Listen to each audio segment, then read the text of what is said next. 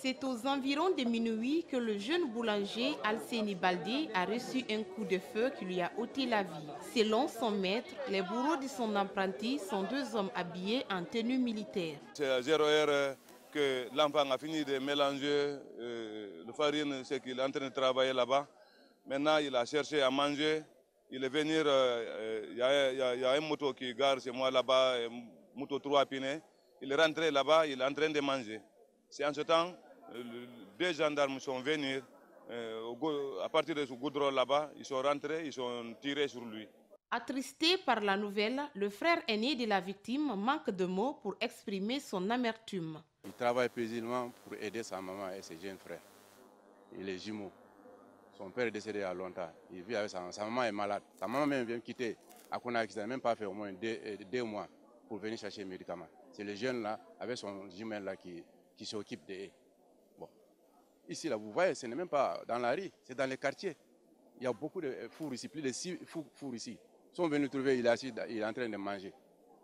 On le tue comme ça là. Vraiment, ça nous fait beaucoup de peine. Hein. Selon le président du conseil du quartier Amdalaï 1, c'est une première dans sa zone d'enregistrer une victime tuée par balle. Dans mon quartier, c'est la première fois. Venir tirer à quelqu'un à bout portant, ce n'est pas un lieu de manifestation ni rien.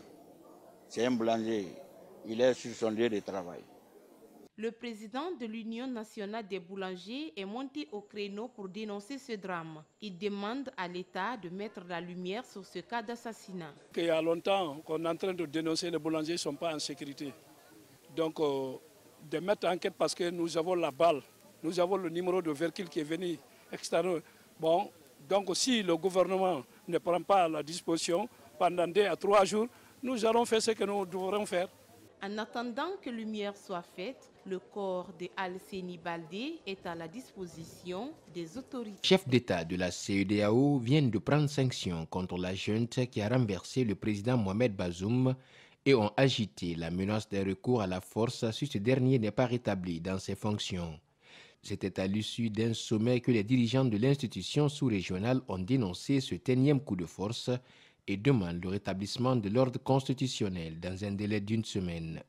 Le Burkina Faso et le Mali, dirigés par des militaires, ont mis en garde lundi contre toute intervention militaire au Niger pour établir Mohamed Bazoum, président renversé par le commandant de sa garde présidentielle, dirigé par le général Omar Tchiani, affirmant qu'elle serait assimilée à une déclaration de guerre à leur pays.